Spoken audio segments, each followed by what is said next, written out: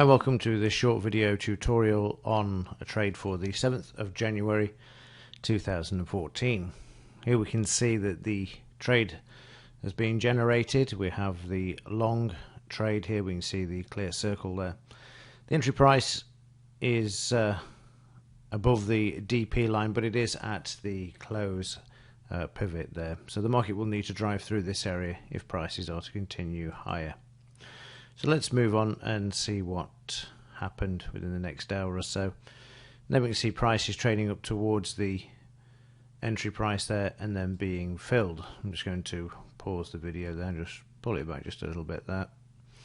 And we can see there that the trade is now qualified and prices, as I said earlier, will need to drive through the close pivot in order to trade up towards the target price, which also happens to be at the high pivot for the previous day as well, which we can see the high over on the left here as well.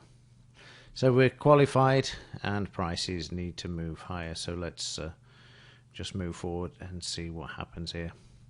So prices have been trading for the last 2 hours, and we can see there that prices are now but actually hitting the scalp target there, and are likely to struggle with the high as well. So that being the case, you've got this high from the previous day, and having been moving higher for the last 2 hours, then it is likely we're going to see some profit taking come into the market. So there is the optimum point with which to exit the actual trade. Let's just have a look and see what the market did do after this several hours later. In fact, I'll load up the software. I'm recording this on the 8th, so we'll have a look and see what the market did.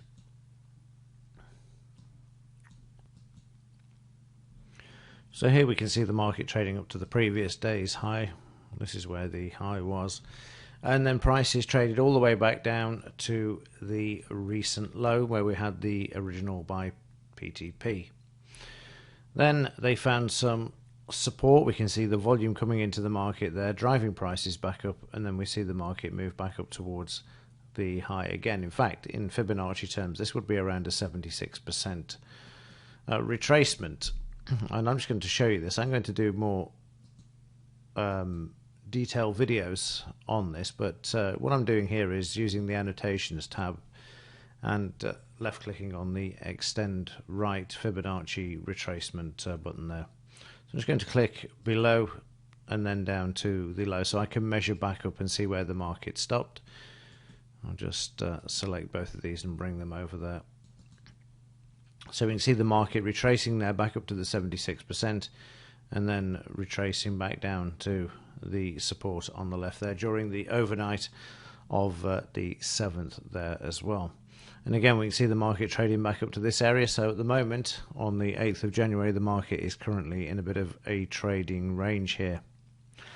But coming back to the fibs, I will do more detailed videos on these and show you how you can actually use these to project where the market is likely to trade to, especially when it has this sort of inverted V retracement there and then trading back. So I'll show you how to gauge whether this area would offer another potential trade, not necessarily with the PTP, but more of an advanced topic there, which would allow you to actually take these other trades as well.